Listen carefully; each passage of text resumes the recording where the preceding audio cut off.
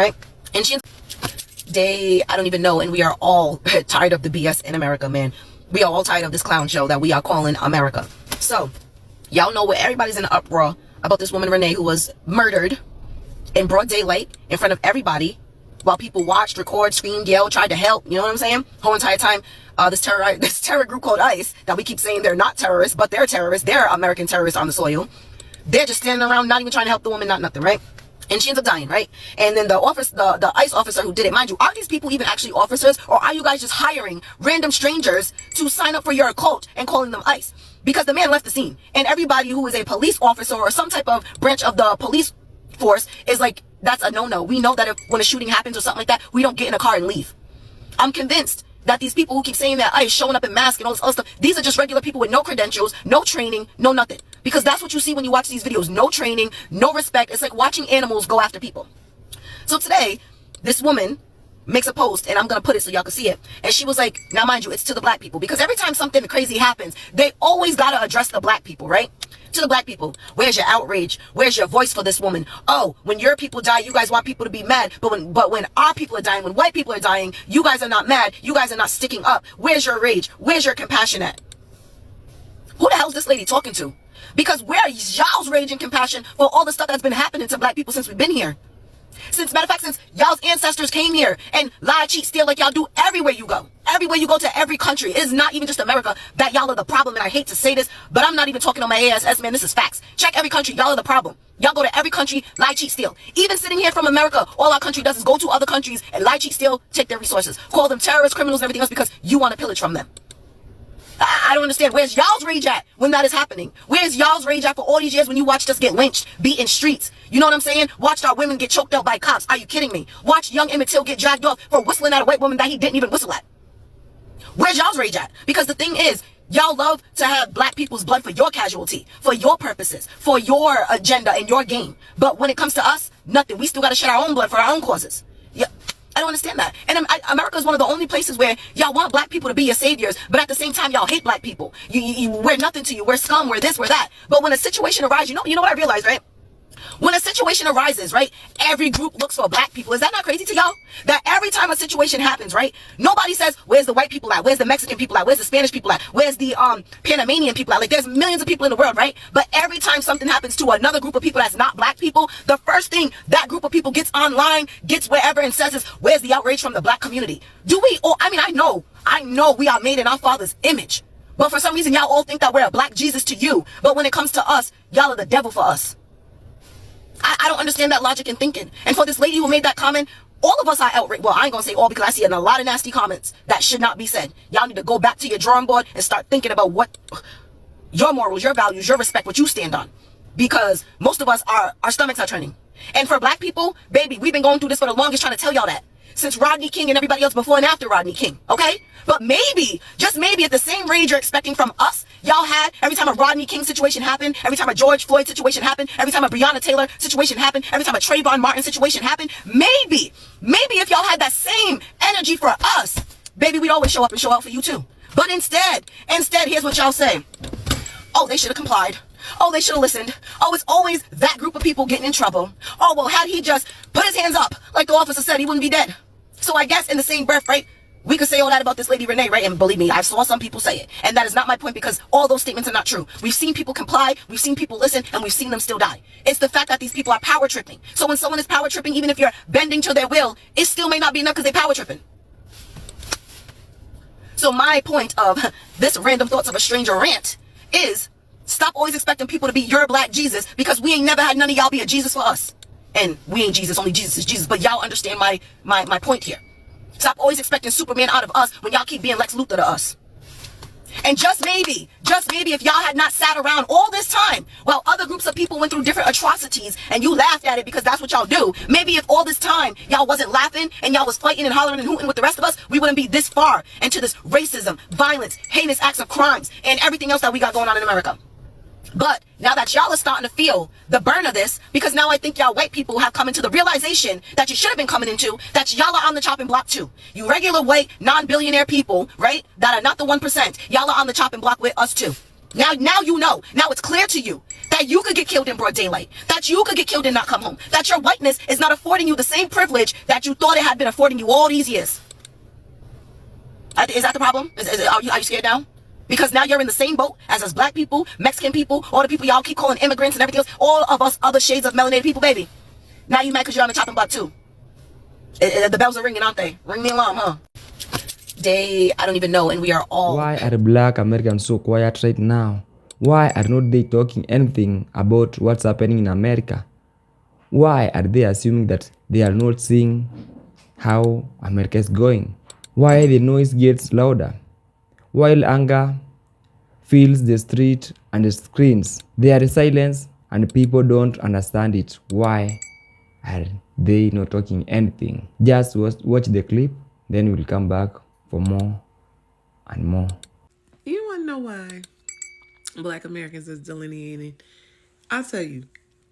It's because a lot of West Africans treat us like we are children. Like they are our parents and we are their children. In the way that, you know how sometimes parents will act like every single thing that a child does good, anything that comes out of the child that was good is a direct result of them. But anything that came out of the child that was bad is the direct result of the child. That's how West Africans treat us. So anything that is good from Black American culture is the result because we came from Africa. But anything that was bad from Black American culture is the result of us being here in America. You understand what I'm saying? And I don't like that.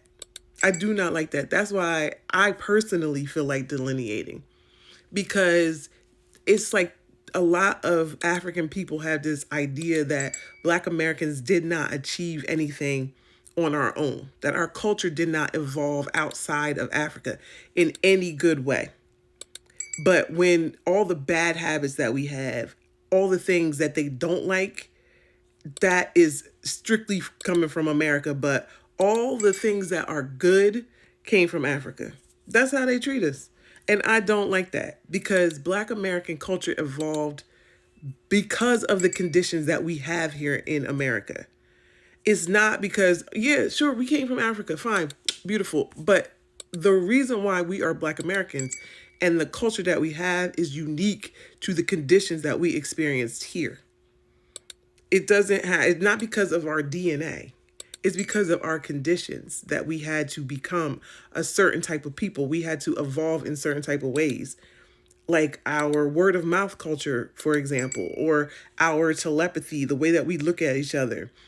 I can't look at a person from an immigrant and have that same connection. I just don't have that. I've tried. It's not there. It's only there with Black Americans.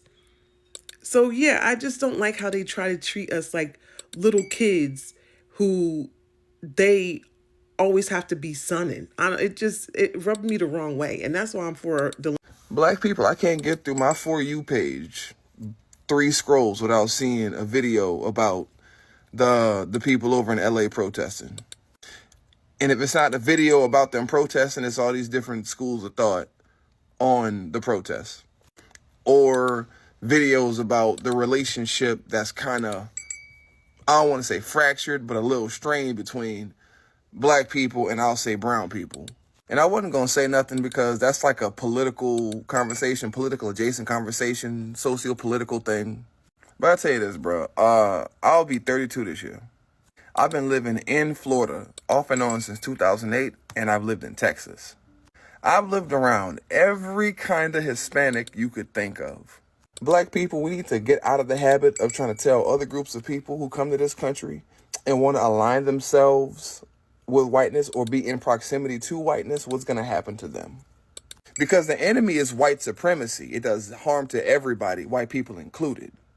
But the problem is that people come here and they want to perpetuate it thinking that they can trade and buy into it, not realizing that white supremacy is exclusive. It's not inclusive. You will never be them. Doesn't matter what kind of minority you are. Doesn't matter how you try to breed your way into it. It don't matter how much money you make. You will never be them. Because to them, especially the ones who make the laws and make the money, that's all that matters. And that's not to say you got to turn around and align with us, but you got to align yourself against them on every level. Not just the optics, but the ideas too. And expecting other people to come to bat for you when it's time for you to fight is crazy, especially when we see you and we see how you are. We see what you do, we see what you say. Because black folk, really, we very empathetic and sympathetic towards everybody because we don't want to see nobody go through the same shit that we done been through, bro. But everybody at every turn, every time are apathetic towards us. And we tired. So I'm saying, black people, don't tell nobody shit. Let them figure it out. Let them fight. And pray they win. Because ultimately, a win against white supremacy is still a win, no matter who won. Black people want to be left alone. They don't want revenge. They don't want to replace us, as some extremist groups have said. They just want to live life in peace, the way they want to live. They want family, they want love, and they want to live in a society where they know they belong here. They want society to also know that they belong here. They want to walk out their door and not worry that they're going to be treated unfairly, or they're going to get that look like they're not welcome, or that someone's going to try to touch their hair like a zoo animal. Yes, they want they want white people to fix white problems of prejudice and ignorance and all the ways that a wrongful sense of superiority is baked into our society. Yes, they want that to change. Yes, they want acknowledgement for harms done. They don't want us to just explain things away or justify or gloss over things without really listening. But more than anything, they want to be themselves, fully express who they are, love who they are, be with their family, and live in peace. That's it. Not me just having a realization that the rest of the black diaspora have been real quiet in regards to telling black Americans that we don't know where we come from. Ever since that orange man got up on TV and said that birthright citizen was only instituted for children of chattel slavery. Where y'all at? Okay. Where y'all at? Okay, it seemed like that was the platform that y'all was standing on so hard, that we were orphans and we don't know where we come from and we not this and we not that. And it seems as though y'all influenced the entire international community to think that, like, I don't know, I guess I don't know how that immigrant narrative came around, but we've been screaming as a collective community that we know exactly where we from, that we could trace our lineage back further than a lot of y'all. Okay, because my people was already settled while Africa was still being reshuffled. And y'all refused to believe us. And it took a goddamn felon getting on TV and telling y'all what we've been screaming for decades. Now, I don't hear nobody online saying that about black Americans. Embarrassing. Welcome back. Right now in America, emotions are high.